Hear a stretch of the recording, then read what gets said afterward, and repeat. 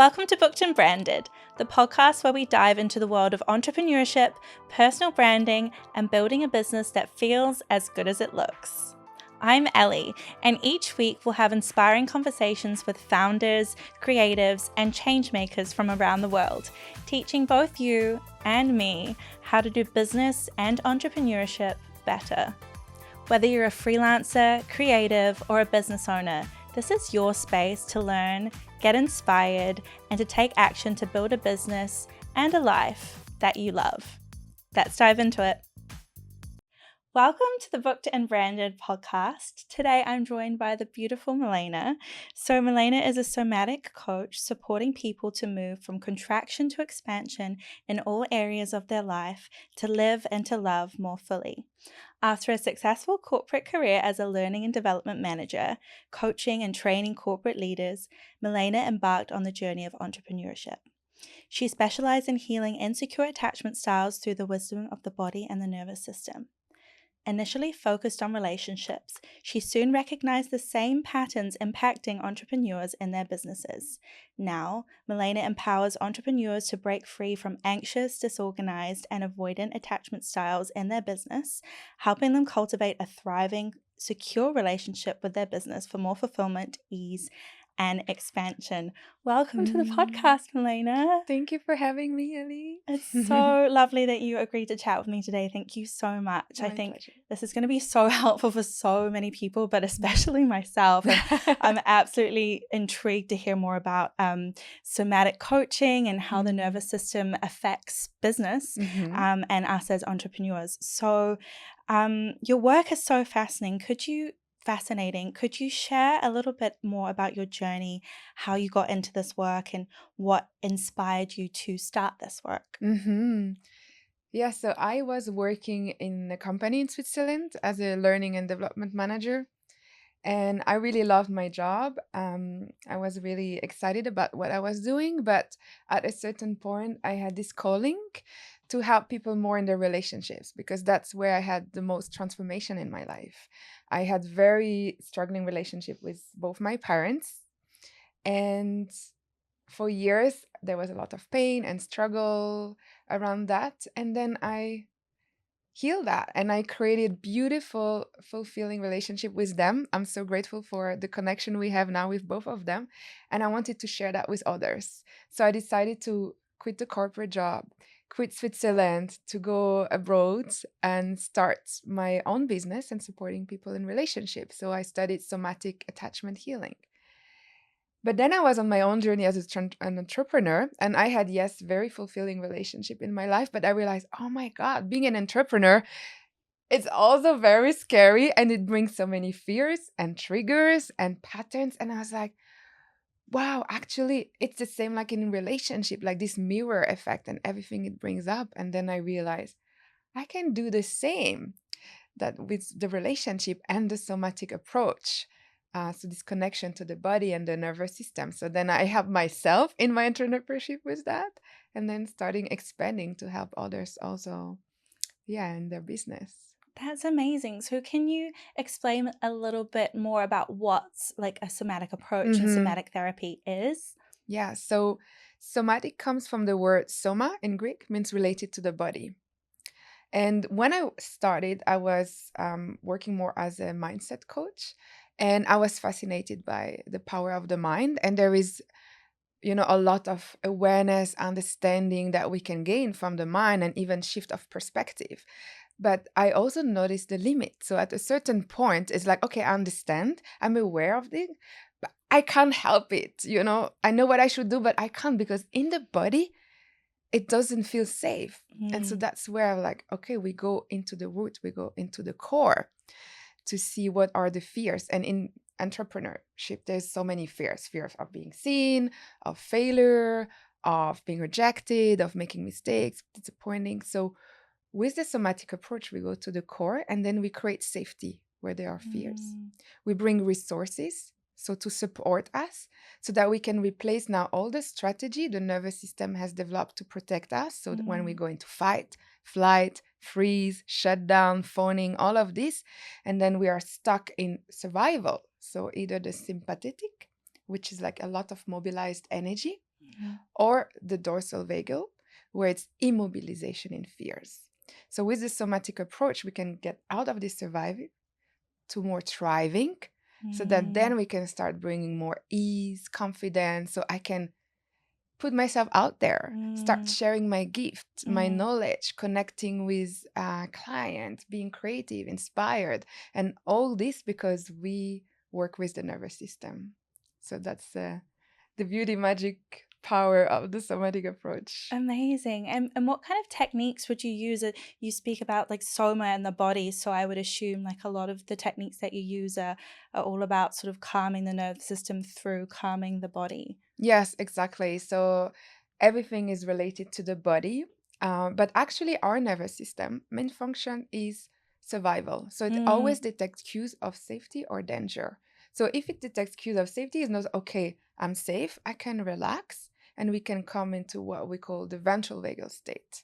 That's where we want to be, because that's where we have access to be more grounded, more calm, more inspired, excited, curious, adventurous, risk-taking. So those cues of safety, we find it in different. So not only in our body, but also in our environment. So through what is around us, we can find those cues of safety within us, so through the body, but also in each other. So my nervous system now is scanning yours and seeing, am I safe here? Because it's scanning your body language, your eye contact, your breath, your heartbeat. It feels everything. So we can use all those different elements to bring more regulation and safety. Wow. And so this has just been from like caveman, all the way back caveman times, how we kind of assess safety in someone else. Yes. And is that how it's kind of so related to relationships, because you're looking at your potential mate or your potential partner that you're going to have children with? I've definitely found that, I think from what I've read about attachment styles, I'm an anxious attached girly. So could you talk through a little bit about those attachment styles and how they potentially could show up? Yeah. So I guess a lot of people have already heard that, but always related to relationships. Yes, but actually, yes. it show up in the business. 100%. So there are three main insecure attachment style. So there is anxious, avoidant, and disorganized. So we can go into each of them briefly to see what does that look like. So with the anxious attachment, what is at the core again is the nervous system. It means what strategy the nervous system is using is mostly fight is one of them. So it means it mobilizes a lot of energy. And so how does it look like? It's in like doing, like overthinking, overanalyzing everything. I'm like, yep. It's like it's gonna be hyper vigilant about everything I say, everything I do, everything other people say. Take things very personally, maybe overreacting, because there's all this energy. Because also the thought, because it influences not only how we behave, also how we think. So maybe it's thoughts like, I'm not enough, I'm an imposter, there's not enough time, I have to prove something, right? And it influences also how we feel. So maybe anxious, worried, concern, also frustration, irritation, because there's all this energy. And then there is also this other strategy. So that was more the fight. And there's the phoning, so what we call people pleasing. So that's also, so in the business can look like we have no boundaries. We say yes to everything. We give a lot of free stuff. We're going to have very low prices. We're going to make decisions based on others, not to confront, but like what would they want? What would they like? And forgetting about ourselves. So that's like a little bit about the anxious attachment in business. Then if we go to the avoidant, so that's the opposite. So now it's immobilization in fear. The main strategy is shut down. So how do I protect myself? By being disconnected, disengaged, numbing. And so people there, they can take things very not personally. So the opposite is like, it's just business. So that's the way to protect. So not to feel rejected, to deal with mistakes and failures, like it's just business. So there's this a bit disengagement. Also in relationship with clients, it's like very transactional. The decision will gonna be very much on the strategy, but not really connected to the deep purpose. So the feeling is a little bit more numb and disconnected. And then if we look at disorganized, that's a little bit of a mix of both. So there is a lot of energy, so from the sympathetic, but also inside the shutdown and the dorsal vagal. So it's very like this mix. So there's always maybe sometimes a lot of energy, like I need to do this, I need to do this, and then this is too much, I can't do it, and then freeze. So the main strategy is freeze. So procrastination is a very good example of being in that state. So there's a lot of energy, but then suddenly it's too much. We can't help it. It's overwhelming. And then we get into freeze and we can't do anything. So there's a lot of anxiety sometimes, a lot of pressure to do everything perfectly. But then it's so much, then we go into like, cannot do anything. And then feeling hopeless, discouraged, demotivated, helpless, and stuck there. Yeah, so I think a lot of people listening right now will be able to Reconnect. relate to one of those. Like, and sometimes it's a mix, like can be also in different situations. So for decision can be different, in relation with people can be a little bit different. So it's not like just one. Sometimes there's a little bit of a mix. Yeah. And is it different with like, so for example, in relationship, for example, to friendship, to business, like can your attachment styles change at all? Yeah, so much, because it's always a dynamic. Because Right. again, our nervous system responds to what is around. So maybe with my friends, I can be very secure, but maybe with a lover, I can be very anxious. And in my business, I can be avoidant. So it's always changed because it's a dynamic. We respond to what is there. And then our nervous system is going to pull the strategy that feels like, what can I use here in this situation? This is so fascinating because I can see like different elements, like speaking to myself, like the people pleasing, definitely in my friendships, you know, where it's like more anxious. I had such a funny moment the other day. I was emailing a client and I was supposed to get on a call with her and I hadn't heard back from her. And I know she's in Canada, and I immediately assumed, I was like, she'd been telling me about like all these grizzly bears. And I was like, oh my God, she's been hurt by a grizzly bear. Like immediately worry.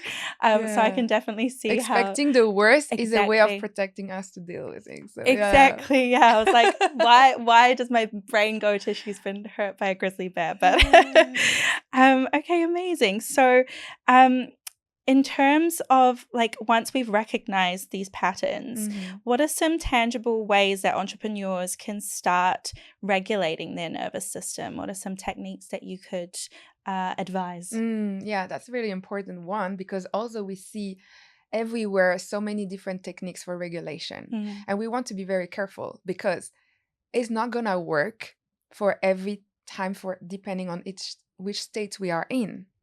And so, for example, if we are more in the anxious attachment and there's a lot of energy and we're in hyper arousal, we cannot go and sit in silence and meditate, because that doesn't gonna feel safe in the body, because our nervous system is trying to protect us by mobilizing all this energy, and then we forced against it to be still and quiet. So that's gonna bring more anxiety. So when we are there, we want first to release this surcharge of energy, to get out of the state first. So it can be just shaking, like even letting sounds out, because the mind is so busy. So to release all this agitation in the mind, so just maybe if there is so much, like even anger or frustration, it can be just like going for a run, going for a walk. So just releasing that surcharge of energy, and then we can come to more regulation. If we are in the shutdown, it means we are completely disconnected. So we want to start bringing a little bit more of connection. And in the somatic work, we also work with titration. Titration means like little step, what is approachable. Because if we push too much our nervous system by like, oh, I'm going to put myself out there and like do this and go there, and then it's going to be like, and then too much fear, it's too much outside our edge and limit, and then collapse again. So that's why we want to do it slowly. So if I'm in a shutdown, how can I get out of that with a little bit of connection with myself, for example? So can I start just noticing my body on the chair, feeling the ground underneath my feet, starting bringing a bit more of connection into here and now, or to something around me. Okay, there's like I look outside, there's this tree, this cloud. Can I just take a moment, be present with that? So just a little bit to bring back more connection. If I'm into the freeze, I'm in this immobilization in fear. Everything feels too much. I cannot send this email. I cannot send this text. It's too much. So what would be a little movement that feels safe? Maybe first I just imagine it. I don't need to do it. And then maybe I can do it. Maybe it's just a stretch. So getting a little bit into movement and then slowly, slowly building on there. And then we can start bringing regulation now that we are out of that state. And regulation, as I mentioned at the beginning, is like finding cues of safety. So in the environment, what is around me that bring me a sense of safety? So we are here recording these, and maybe there is like all those camera, there's the lighting is there. So maybe that looks more scary, but oh, there's this plant there. Oh, there's this scent here. Oh, there's this amazing woman in front of me and I can look at her smile, right? And so something that makes me feel safe here. Or inside of us. Even when there's anxiety, when there is frustration, where there is all of this overwhelm, there's always one part that can be at ease and relax. Where is that in my body? Oh, my hand. Oh, my maybe lower back feels very grounded. So bringing the awareness there so I can start using that to find more ease, to find more calmness. So using different of those elements. Yeah, I love that. I used to be an actor and a singer, and I'm like kind of sensing some of the things that I used to do. I used to, as I would sing, really feel my feet on the floor, so that kind of grounding element. And I, didn't even realize that was a, a technique. Because that's the thing. If we listen to our body, yes, we know. Yes. Intuitively, we know how to do things. Yes. And so even with the shaking, it's actually a natural way to release stress. So if you have ever watched animal documentary and you see like an animal being attacked by a lion and then they manage to escape, what they're going to do? They're going to shake to release this surcharge of energy and all the stress in their body. But we stop doing that because like, no, I have to get everything under control and be strong and got it together, so we're gonna tense instead of letting that shakiness. And once I was at the dentist, I had all my 4 wisdom teeth removed at once. It was like horrible. But again, I'm using all this technique, so I feel very calm. But still, my body needs to release a bit of stress because there's a lot of pressure there in the mouth. So my legs were shaking to release that. But I was very calm. And the dentist didn't know that. And I was like, "Are you okay, ma'am? Do we want us to take a break?" Because she looked at my legs like shaking. I was like, no, it's just my body releasing the stress. You can keep on, keep going. And she was like, okay. But I didn't like stop it because I just wanted to release that. Yeah, you just listened to your body and what it needed and then honored that. And when I was younger, even as a child, I remember like doing humming. When I had like argument with my parents, like big fight, I'll go to my room and I would start humming. And humming is also a beautiful way to come into regulation and activate the vagus nerve. I was doing this intuitively. So we know. Yeah. We really know when we listen. Problem is we stopped listening to our body. It knows always what it needs. 100%. I think just like really listening into your body as well and like what it needs and how it's feeling. I think for so long we've been so disconnected from our bodies in this digital world, this digital age, that like it's very rare that I actually sit and tune in and say, okay, how am I feeling? How does this chair feel underneath me? Yeah. And sometimes we just go, oh, I'm stressed, so let me go for a massage. But massage maybe not what I need right now. Maybe now I need connection. I need to call a friend and just have a moment of connection or more movement and going for a walk in nature. So it's just like really not oh, I should go for a massage. Oh, I should go for this. Like, what do I really need? What would feel nourishing? Nourishing. I love that. And not numbing, because sometimes we go into, oh, I'm just going to watch a series, but then we are not present here and now, and it's not nourishing. It's just numbing us. 100%. I think we're definitely in a world that is very pro-numbing, and there's a lot of resources around us that allow Scrolling us to social do that. media. 100%. So I Yeah. think really cueing into your body and what it needs, and really listening, and Mm. not taking, because often I think the numbing strategies are easier to take Yeah. and they're simpler to take than actually just sitting with yourself and like Mm. calming yourself and thinking, how am I feeling right now? I've got a couple of rapid fire questions for us to finish Okay. up. So, one somatic practice that you swear by. Glimmers. So Glimmers. glimmers, the opposite of triggers. So triggers what put us in dysregulation. So glimmers what put us in regulation. And it's this little thing, like just that give us that. So for me, it's like I love cacao, like hot chocolate, and then just smelling it, it's like. So maybe it's just like watching at the clouds, or petting like a puppy. You know, this moment, it's like. So we call this glimmers. Glimmers. I love that. I'm gonna start searching for my glimmers Yeah, now. and you can have so many the whole day. Little glimmers here, here, here, here. Oh, I love that. How beautiful. Okay, glimmers. What is the biggest mindset shift that has changed your business? Yeah, so talking about mindset, so actually would be moving from the mind into the body. Yes. That's the biggest shift. Yeah, I love that. And then the mind will support. Like when we like, okay, we're good. Now we can engage the mind again and to support us. Yes. But then first will be like to shift into the body, actually. When the body is regulated and calm, then everything shifts, because everything becomes more clear in the head as well. Yes. The way we sing, the way we like, okay, now I can deal with anything. Now I'm confident. Now I'm like, yes, I'm gonna go for it. I love that so much. What is a book or a resource that has helped you understand somatics? There are many, but here again, I want to challenge a little bit. So instead of looking again for all the answer outside, your biggest resource is your body. Oh, love that. So just take a moment, listen. You'll find your answers. I find that often I am, often intellectualizing things and thinking I'm very like in the head, reading, studying, researching, but that is such a nice reminder, just like cue into how your body is feeling, and all the answers are there. It has so much wisdom. Our body has so much wisdom. Oh, and on that note, it's been absolutely amazing to talk to you. Thank you so much for coming in, Milena.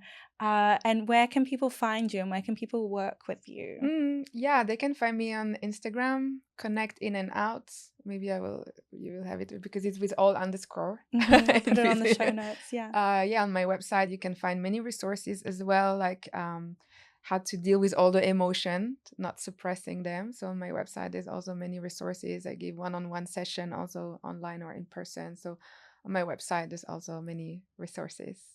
Thank you so much. Thank you, Milena. Thank you for having me. And that's a wrap of Booked and Branded. If you loved it or even kind of just liked it, feel free to DM me at EllieJNeil. I love a voice memo, so drop in and say hi. If you're feeling generous, please leave a rating, a review, or even just chuck us a follow. It helps me keep bringing you these conversations. Until next time, stay booked, stay bold, and don't be afraid to make some noise.